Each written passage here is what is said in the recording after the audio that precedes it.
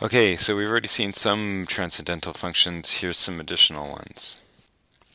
The first one is if we have 1 over t dt, or you can write it as dt over t, and that equals ln x as long as you have x greater than or equal to, just greater than 0. We move on to some arc-trig. So if you have dx over 1 minus x squared, this is the integral that results in arcsine x, and as an indefinite integral plus c.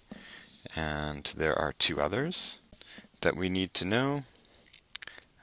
Dx over x squared plus 1 is arctan, and dx over absolute x times the square root of x squared minus 1 is arcsecant. We don't need to memorize the other ones, the ones that result in arccos, arccotan, arccosecant, because they only differ by a negative sign. But we do need to know these ones. And let's take a look at them in action through a couple of examples. So the definite integral from 0 to 1 of dx over root 1 minus x squared, from the list I just gave you, that's equal to arcsine of x evaluated from 0 to 1. So that's arcsine of 1 minus arcsine of 0, and arcsine of 1 is pi over 2. And arcsine of 0 is 0, so that gives us pi over 2. And what we've just calculated, if you graph this function, we calculated the area below the graph from 0 to 1. And that equals exactly pi over 2, which is pretty cool. Let's take a look at another example. Next example is the definite integral from 0 to 1/3 of dx over 9x squared plus 1. And what you should notice with this one is, well, first of all, it doesn't fit any of the formulas I gave you above, but it is really similar. And it's similar to the integral of dx over x squared plus 1. The only difference is it's 9x squared.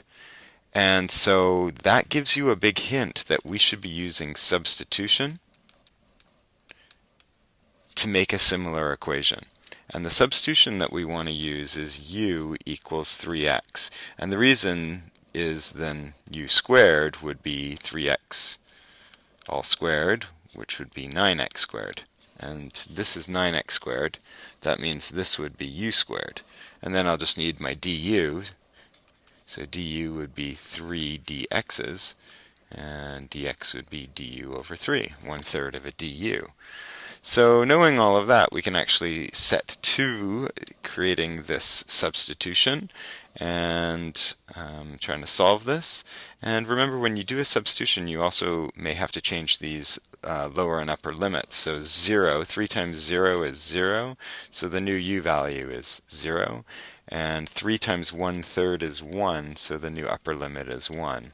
I then get, instead of du or dx, I now get du divided by 3, and that divided by 3 can come out as 1/3, just to save me a step.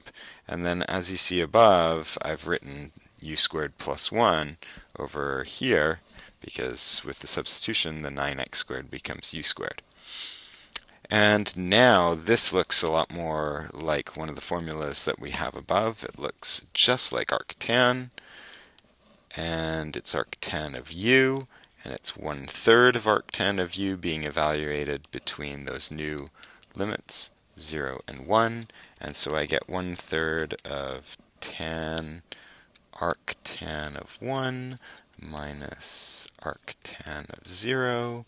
And arctan of 1 is pi over 4, and arctan of 0 is 0, so I get pi over 12. One last example for us, and we'll need a new formula for it. The new formula is what happens when you have b to the x, and you take the integral. Well, you get b to the x over ln x plus a constant. And here's an example of how we use it. So the question is the definite integral from 2 to 5 of 3 to the x dx. So just using the above equation, I get 3 to the x over ln 3 gets evaluated between 2 and 5, which is 3 to the 5th over ln 3 minus 3 squared over ln 3, which gives me 1 over ln 3 times 3 to the 5th is 243, and 3 squared is 9, so I get 234 over ln 3, which, if you grab your calculator, is about worth 213. So come to class ready to try out some of these new derivatives, these new integrals.